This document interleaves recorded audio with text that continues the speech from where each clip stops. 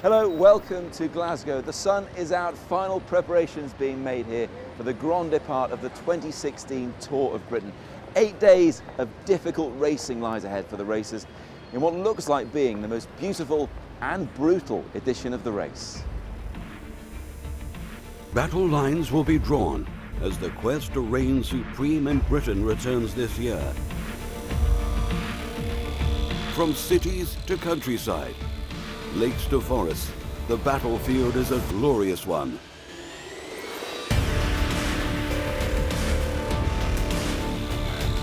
The biggest powerhouses from across the world will send their armies. Stories of their quest will be told throughout the homeland.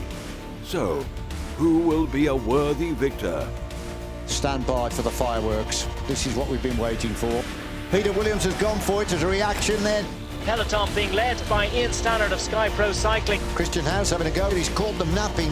Eva Koch qui essaye de résister, on vous le disait, c'est tout droit. And he's being roared on by the crowd, absolutely roared on. Mais il sait derrière que le peloton est en train de revenir très vite. What a ride that was! No surprise then that the crusade to be named champion is so fiercely fought for such a beautiful prize. The young Colombian has taken a scalper rifle on the line. Look at this, 2 kilometres to go to the summit, and we have got one lone leader now. As we see this spectacular climb. What a race this is now, up the mountain. I've said they can't catch him, but Poles is coming back at him again. Is Poles going to take away the stage victory? And the answer to that is yes. This fight, however, is not confined to the battlefield. Legions of fans pave the way to glory in pursuit of victory. Tour of Britain so popular. This is a cliffhanger of a finish now. Absolutely compelling action. Who will prevail? Who will conquer Britain?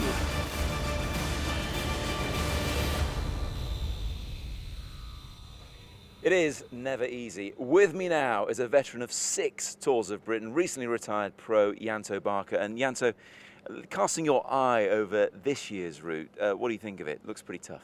It looks very tough, but it also looks like a classic. You know, you've got some beautiful stages in there starting here in Glasgow, and you know, there's a number of stages which I think will be really challenging, but also show off the beautiful countryside, which unfortunately as riders we don't quite get to appreciate, but hopefully on the telly it will come across nicely. Yeah, you can enjoy it as a newly retired pro stepping off the bike, but you're absolutely right. It goes through the Lake District, it goes through the heart of North and Mid Wales, you've got the Forest of Dean in there, the Cotswolds.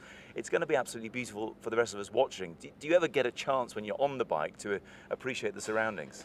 In some ways, actually, this race is probably quite a good one because there are different segments to the race where you get the, you know, hot action at the beginning where the breakaway is going away, but often then the peloton does settle down. And, you know, it's lovely to wake up to a morning like this and the sun is shining and feel good about riding your bike, and you can even afford a little bit of time for a chat with your mates in the peloton at the back, maybe. We don't film that very often. Unusual, again, this year's tour, that there is a double stage in Bristol on stage 7. You've got a time trial and also a circuit race in the afternoon. Will the riders look forward to that kind of thing, or is it fill them with dread? If I'm really honest, they probably won't look forward to it. The guys who are keen to do a time in the time trial will obviously be very focused on that. But then there's a bit of a distraction because you've got another stage that day. I've actually never participated in a double stage in the Tour of Britain, even in the 6 that I've done. So, but it does happen in other races, and the guys will be very professional and focused about making sure they don't lose time or, you know, have any issues. And obviously they'll be going for the results if they're motivated to do that. Okay, Janto, thanks a lot for now. Well, let's hear now from the men themselves who are taking on the 2016 Tour of Britain. To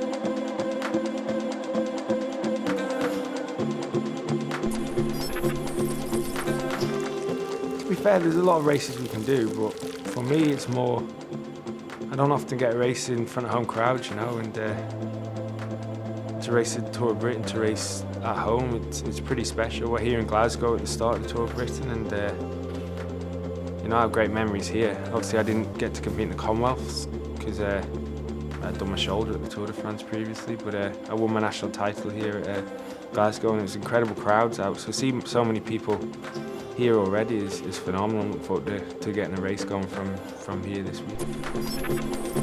Sure, when we are in UK, it's a good feeling to wear this jersey because all the people give you more Yeah, more power on the legs because on the road, you know, all people say go Team Sky, and this is really nice for us.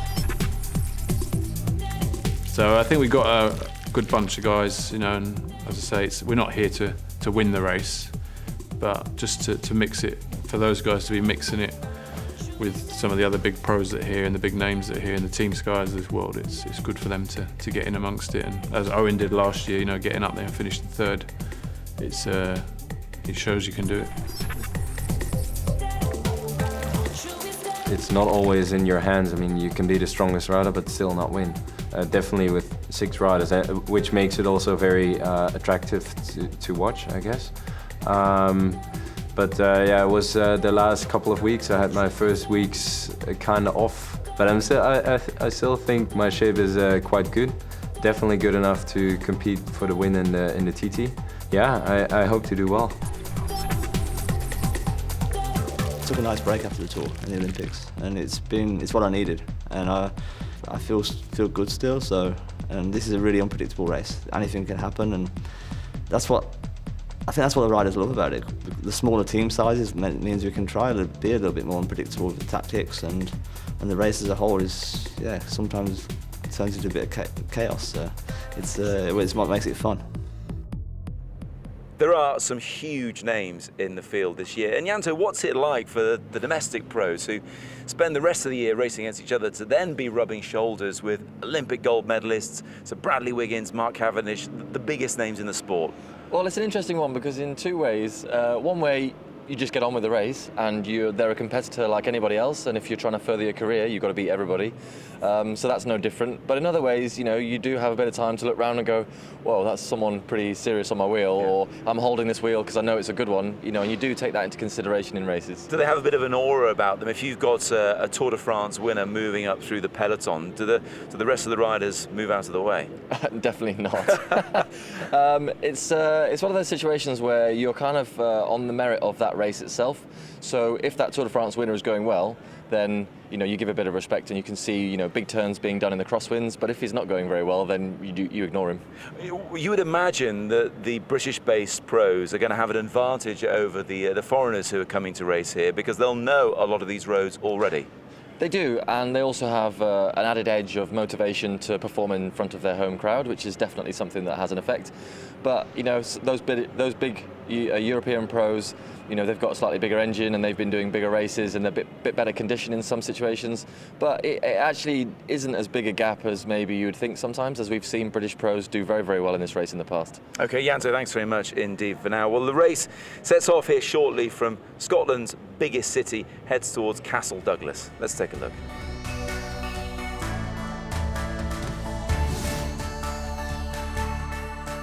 As the race rolls out of Scotland's biggest city, it immediately hits the first Yodel sprint.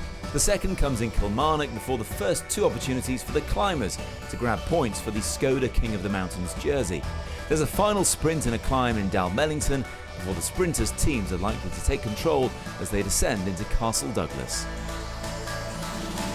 Having last welcomed the Tour of Britain in 2008, Glasgow will host the Grand Départ of the opening stage of the Tour in 2016.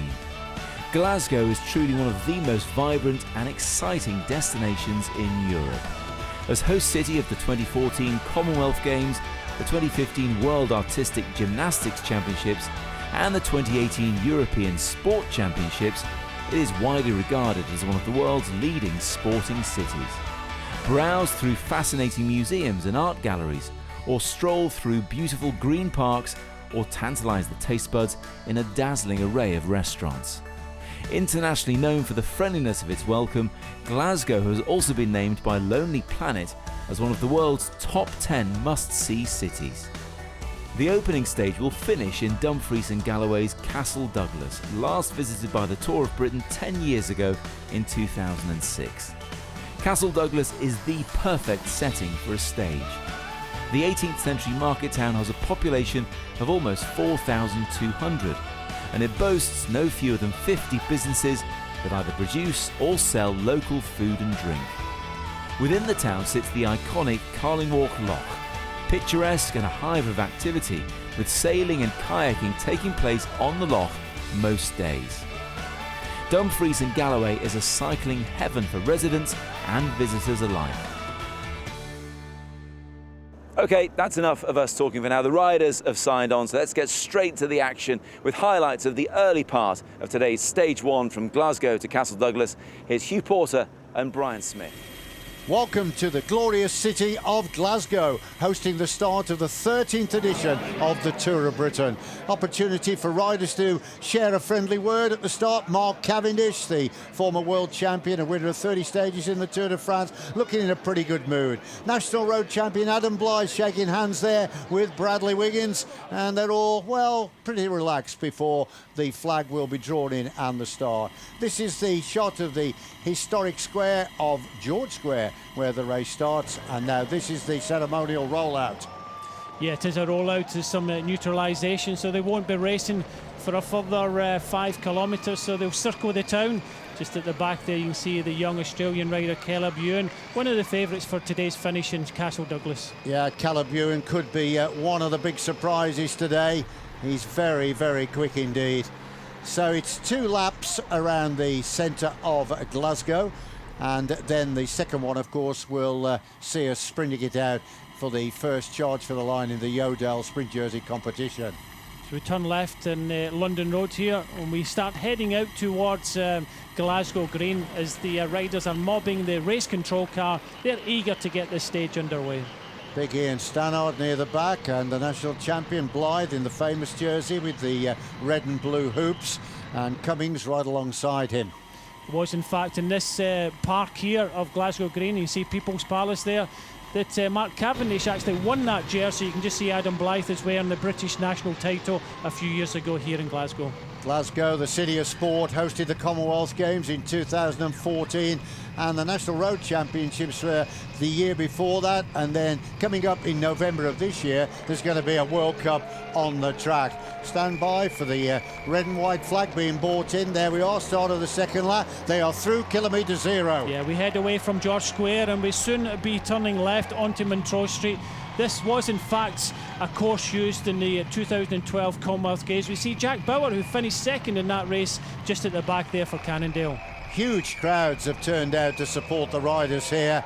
The Tour of Britain in its 13th edition, and it's Anne Post at the front now, beginning to turn the screw and trying to go away.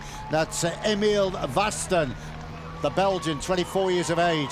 Sure, and immediately a reaction from one of the domestic teams, One Pro Cycling, as we see Steve Cummings to the back of the peloton, as we've often seen.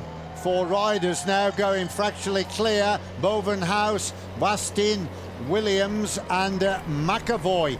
And they've opened up a slender advantage here, and that is useful because they're getting near to the first Yodel sprint. And now joining them is the man from JLT Condor, and that's Tom Moses. But look at the sprint here. It's Jasper Bovenhouse of Anne Post that's leading it out and takes the maximum 3 points and 3-second bonus on the line. So they'll be turning left soon onto Bridge Street and heading out the A77 out into Stewarton Road. Winner of the first Yodel sprint, Jasper Bovenhouse. Second, Peter Williams. Third, Thomas Moses. We'll take a break.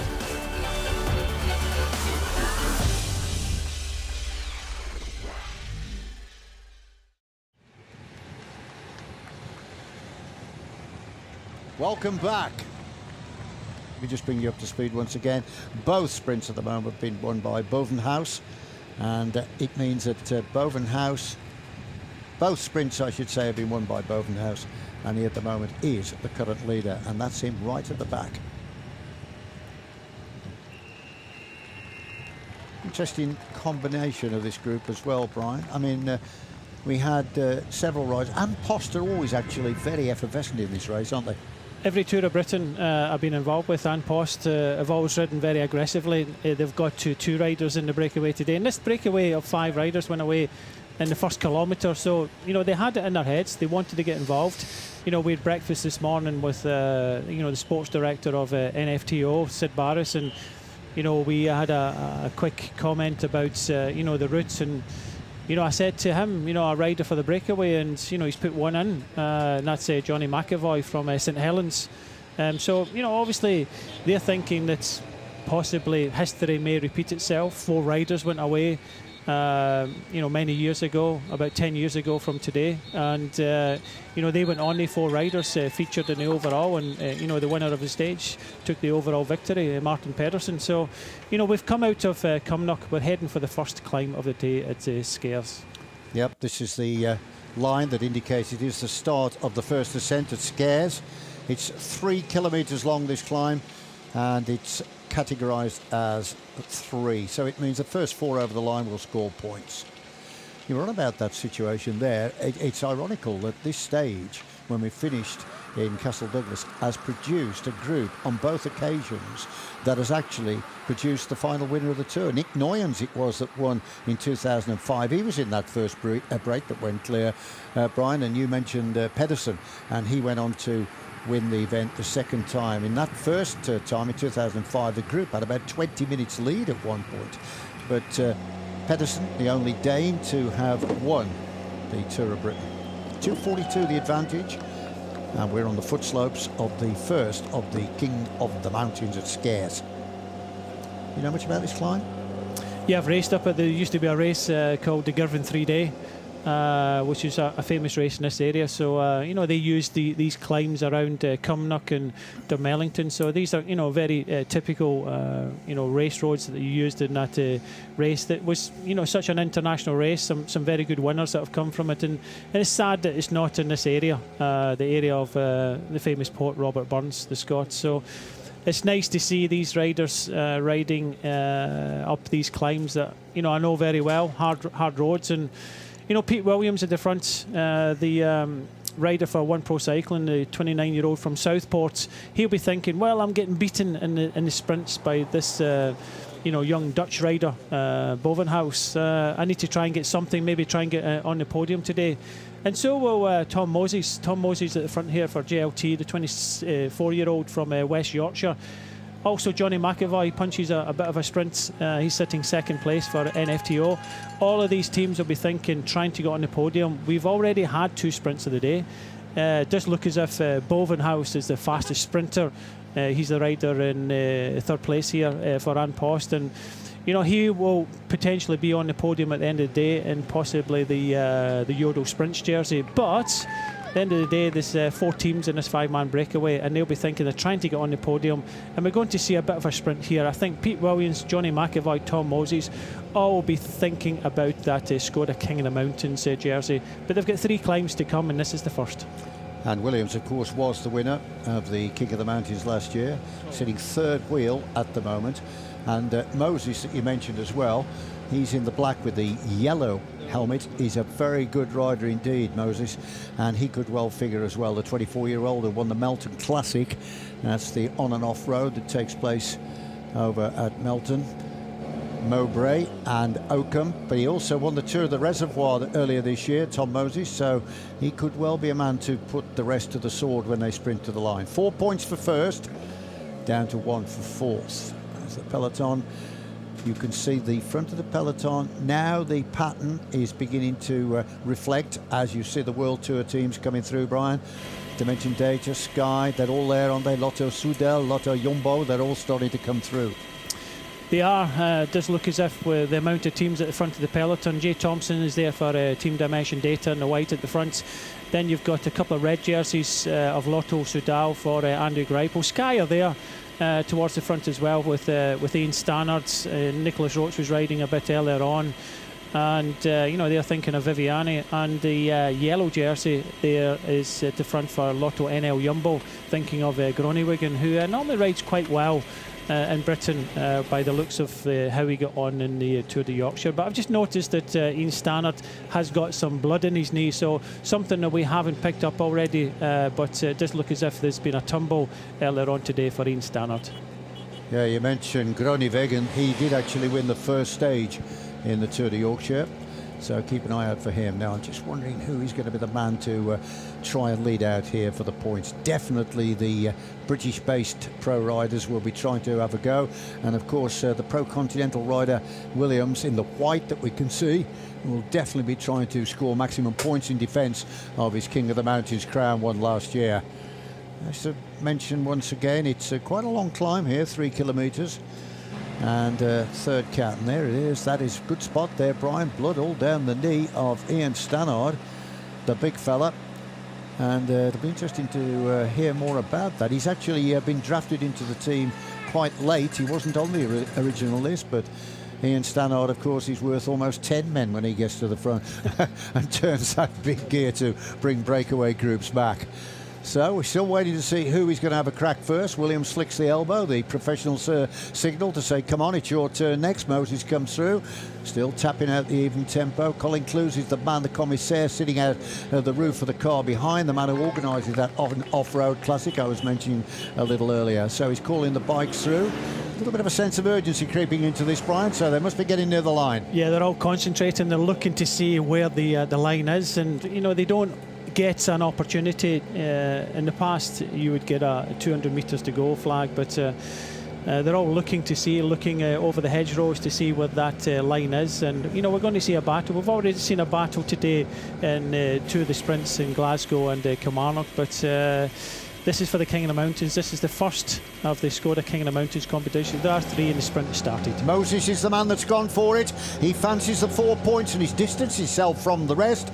Moses has got this one tidied up. It's McAvoy left with the problem of having to bring the rest through, and I think McAvoy might just lose second place. Moses looks as though he's got enough in the tank to take the 4 points.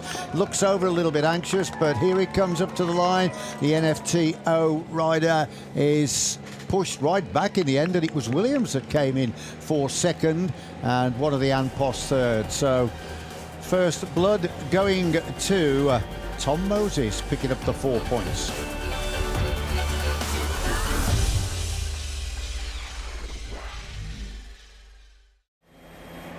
Welcome back to the continued coverage of the 2016 Tour of Britain. So there's the red and white colours of Lotto Soudal, and they, of course, they've got their big sprinter here, André Greipel, who won a stage last year and actually crossed the line first in London, but he was a bit naughty really when he closed the door down on a fast-moving Viviani who came up the inside, eventually Greipel being relegated. But the German, another very, very strong finisher. 2:30 the advantage now, 57 kilometres to go.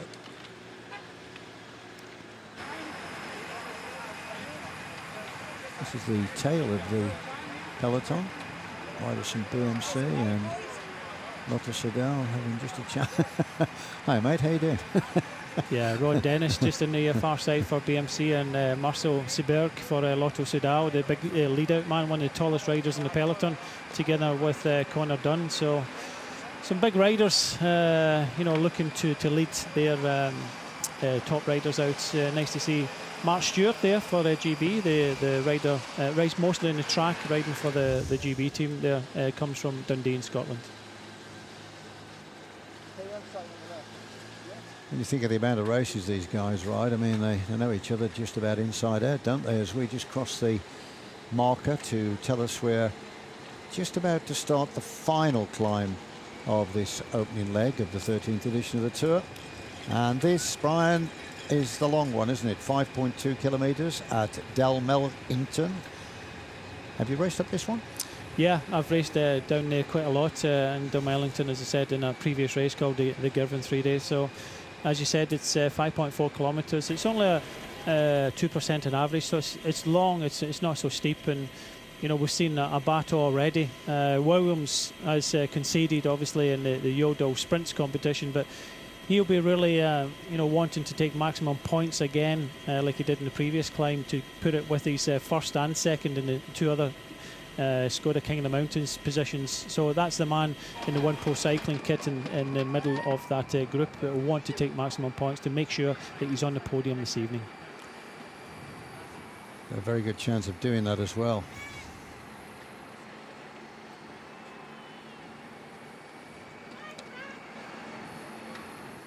Looks dead easy, doesn't it? This is the Wanty Group team. They were staying in our hotel yesterday. They are a pro-continental team, Wanty Group. But as you observed a little earlier, Brian, the World Tour teams are now beginning to just move riders forward.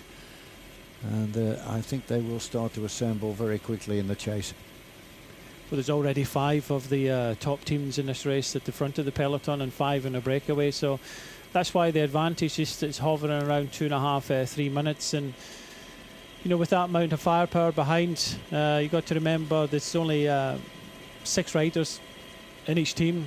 In a Grand Tour, you have 9 riders, and a normal UCI ratio of 8 riders. So with 6 riders, you know, you can't really send too many riders to the front. So it's 5 riders from the front of the peloton, all 1 rider from each of the teams contributing to keep this group at bay. Because in the past we've seen into Castle Douglas the breakaway succeed, and actually twice that we've finished in Castle Douglas, Nick Noyens and Martin Pedersen have gone on to win the Tour of Britain. And as you pointed out in the hotel to Mark Cavendish, that is what he's got to live up to if he does take his day. And he's probably thinking about tomorrow and the corrugations through the Lake District, and tomorrow is an absolute brute, a total contrast to today. Yeah, they've got a climb tomorrow called the Struggle, and it really is a struggle. I've raced up that one as well, so it's I don't think it's a route designed for the likes of Mark Cavendish, but I just thought I'd throw that fact in anyway. No, it's a lovely fact, but the struggle, as you say, is a struggle. I was up in the lakes just a couple of weeks ago for a 3-day break with my wife, and we went and had a look at that struggle. There's going to be some aching legs up there, believe me. Lovely part of the world. Super racing country. They come up 1 or 2 of the passes as well. Come up the Windlatter Pass. It's a gentle pass, actually. It's not too bad. And over Chestnut Hill, that's pretty tough to say the least. And then, of course, they turn onto the Brute itself, the Struggle. That's all tomorrow. And that comes after 156 Ks. So it's just around about 32 kilometres from the finish. So that Struggle could well be the perfect place to form the leading group for the line. That's all to come tomorrow. It's not on these riders' minds, believe me. Pete Williams is the man. Second wheel at the moment. Will be looking very, very keenly to add to the points he's got already in the Skoda King of the Mountains. Second over the summit of Scares, beaten by Tom Moses. And then he elevated himself into first spot at the top of Polnesen. And he was ahead of McAvoy on that occasion. So it's the length here, isn't it, Brian, that categorises this as a 2, certainly not the severity. No, it's not the toughest climb, but it comes, you know, late into the stage, and, you know, it is long and lengthy. You know, the average is 2%, so it's not too bad. And, you know, a hill is determined by the speed you go up it at. It doesn't have to be, you know, steep or long. You know, any hill nowadays, if you race up it fast, it can do some damage, but these 5 riders are riding well together. You know, at the front there, you've got Bovenhaus, who's taken all 3 of the Ural sprints today, so he'll be in the podium today. Just sitting behind him, you've got the young rider from JLT Condon, that's Tom Moses, the 24-year-old, just about to take his turn now from Oakworth in West Yorkshire. And then you've got the other man from the An Post Chain Reaction Team, Weston, 24-year-old Belgian. Johnny McAvoy is in the black and the reds. He's the 27-year-old from St Helens.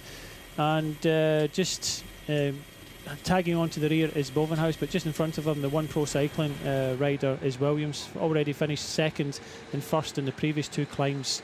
And the 29-year-old from Southport is in 2015 won the King of the Mountains and the Sprints competition in this race, and also back in 2012 won the Sprints competition in this race. So he's not shy at having it a go and the Tour of Britain, and I would think that Pete Williams would be favourite to win maximum points in this second category climb.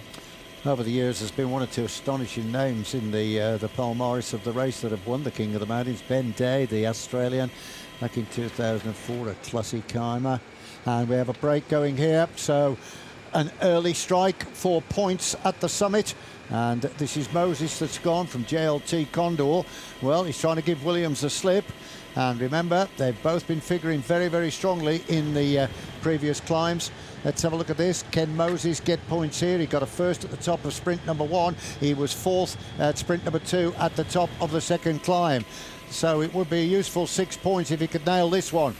But you got to remember there's 5, 4, 3 and 2 and 1 for the rest of the points placing. But Moses knows that he's not fast enough for Williams, and he wanted to go for a long one. But just look who wants it more than the others, and that's Pete Williams going after Tom Moses.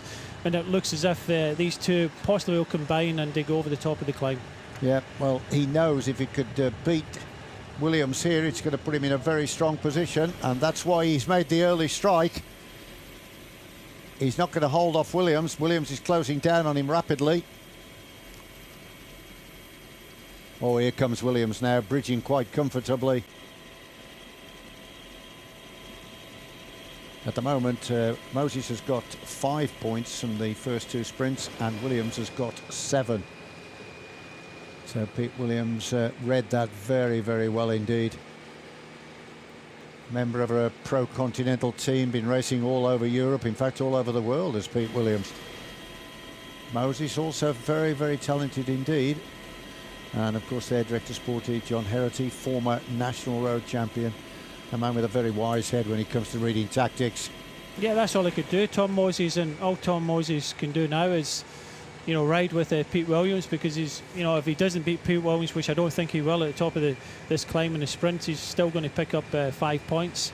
So, he'll pick up some points. He might not be leading the Skoda King of the Mountains at the end of the day. I think that'll be the rider from One Pro Cycling, Pete Williams. But at the end of the day, there's a possibility Tom Moses can get in the breakaway tomorrow or the day after and pick up more points. So it's all about accumulating these points towards an overall target. But it does look as if Pete Williams is the strongest here. And it just goes to show you that, tiredness is setting in a little bit with this breakaway as, they're looking behind, trying to see what the reaction is. Having another go here, Moses. He's certainly not going to give up without a big, big effort here, but Williams reads the move once again. And now Williams launches himself just after Moses. He's trying to get his second win, and this is going to be 6 points on the line for Pete Williams. Williams takes the 6 points, 5 goes to Moses, so that means Williams will be on the podium to collect the first jersey of leader of the Skoda King of the Mountains.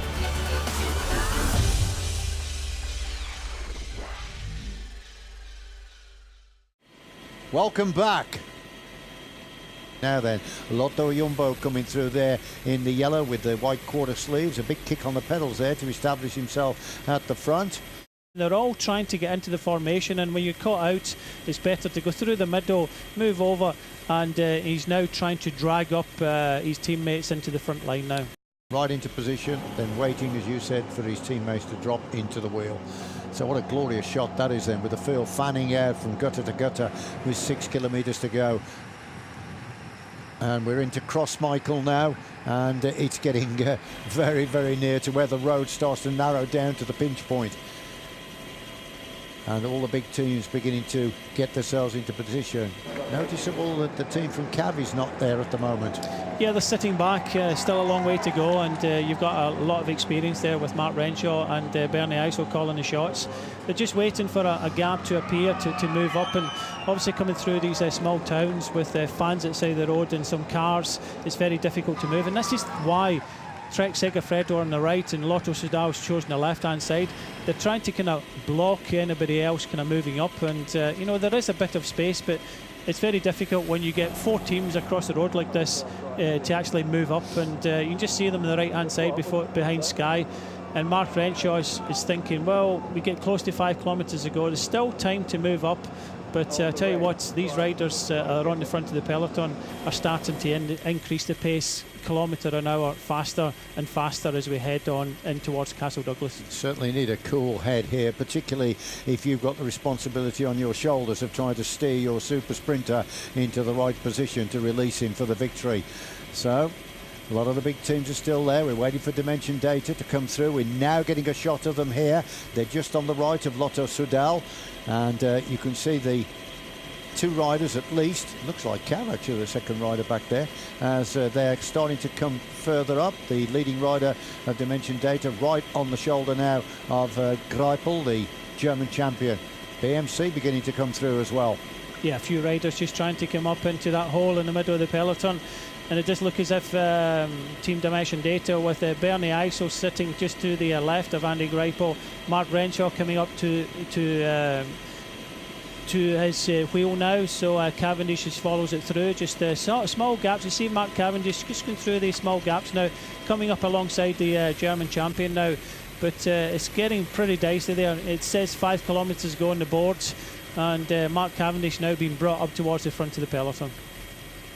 From his shoulders, it looks as though he's third in line there for the team Dimension Data, as Lotto Jumbo starting to forge their way through as well. 4 kilometres to go, and it is going to be an almighty charge for that left-hander with the final 400 metres to go, just ramping up slightly. And still up here is the team of One Pro in the white with those white and pale blue helmets. Still not committed, yes, they're starting to come through now, Dimension Data. And from shoulder movement, as I say, it looks like Cav is third in line for his team. So he's got the 2 men ahead of him, his teammates, to lead him out. Just looking down, you also see the British champion in the mix there, and trying to see behind him is the protected rider, as is Dan McClay. Dan McClay, I think, is coming up the centre of the road. So I think possibly the Great Britain team could be possibly going with McClay and Blythe to try and finish this off today. Two very good sprinters indeed. And let's not forget that Blythe out-sprinted Mark Cavendish to win the British Road Race Championships. McClay sprinting well in the Tour de France, third to Cav on one of the stage finishes when Mark Cavendish clinched one of his 4 victories. So they're all in the mix here. So many names to play around with. It's a matter of which way is he going to go. Also a JLT, I've got Graham Briggs and Russell Downing in the centre of our picture with the yellow helmets on and the black kits. Russell Downing, a very experienced rider and very capable of getting the top 10 today. Yep, Downing, a former British national champion himself and a winner of the Tour of Ireland. Rode for Sky for a couple of seasons on the World Tour. So Downing down there as well, and he can certainly punch it out in the closing stages. Oh, the urgency of this is beginning to really build, isn't it?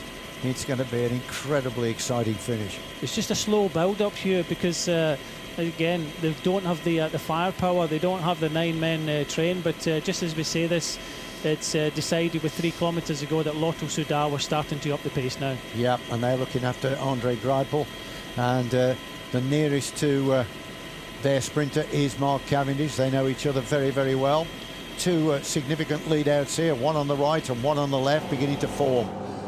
Sky coming through as well. They've got several cards to play there. They're obviously looking after Viviani. Stannard looking back to see who's going to join him and profit from the power of the big man. You see Lotto Soudal just struggling a little bit now. They were trying to manoeuvre themselves over to try and use the other teams for shelter.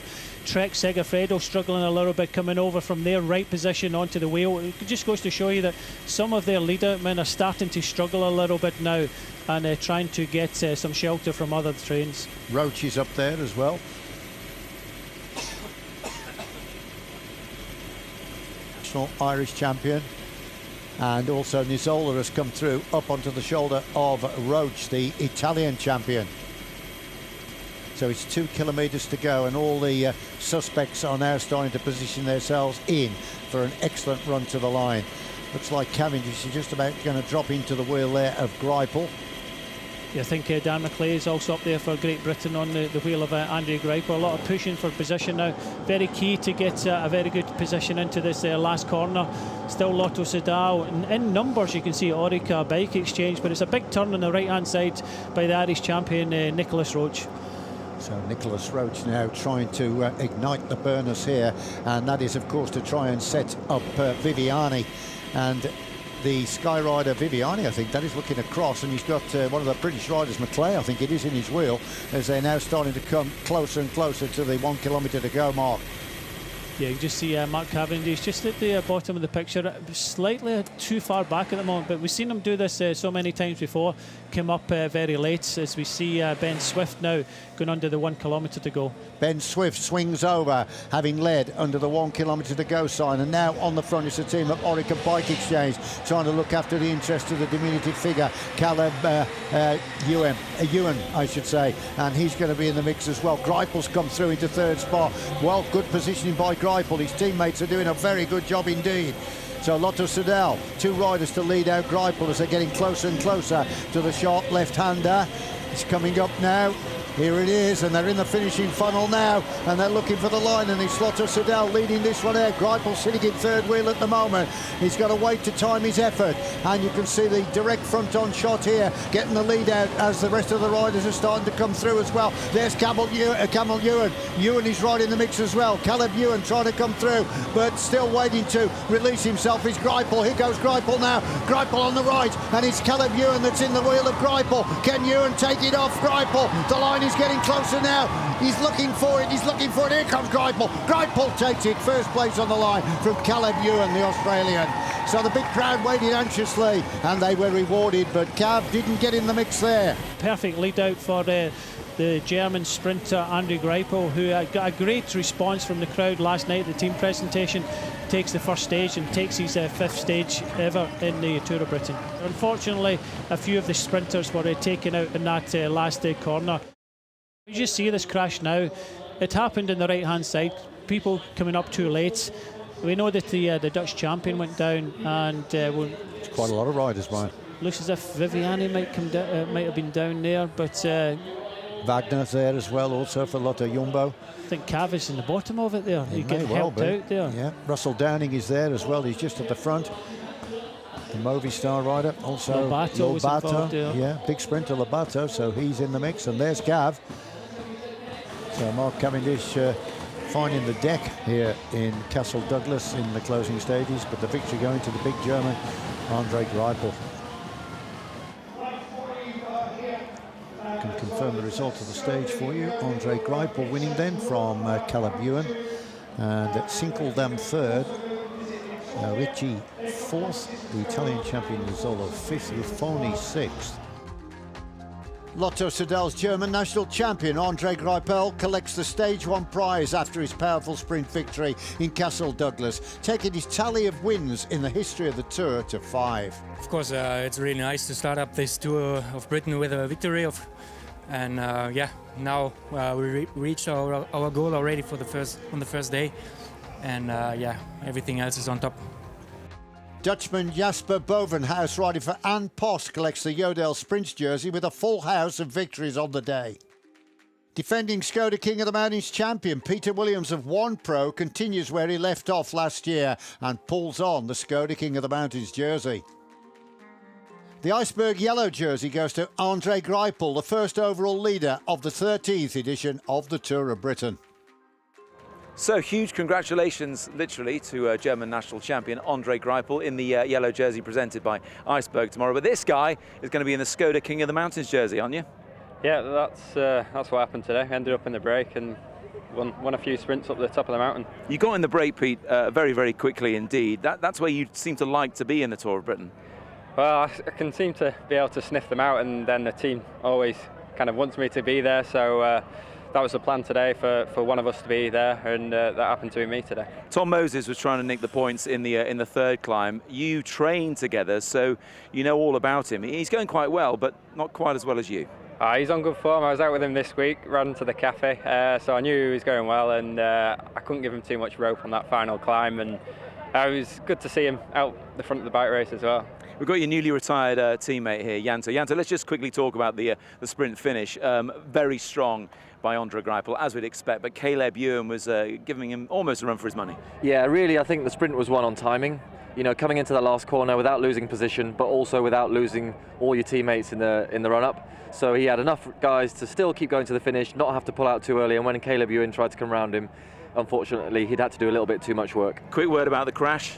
Yeah, it's unfortunate, you know, it was a tight corner, there's a bit of a kind of width change in the road on that section, which was always going to be a pinch point. It's caught a couple of guys out. Hopefully we won't see that tomorrow in the next few days, and it'll be a bit more of a competitive finish. Janto, Pete, thank you both very much indeed. Well, Pete's really got his work cut out tomorrow to keep hold of that Skoda King of the Mountains jersey. There is double the amount of climbing we've had today on Stage 1 across 188 kilometres from Carlisle to Kendal. Live coverage here on ITV4 from 1 o'clock, and then highlights once again in the evening. For now, from Castle Douglas, thanks very much indeed for your company. See you again tomorrow.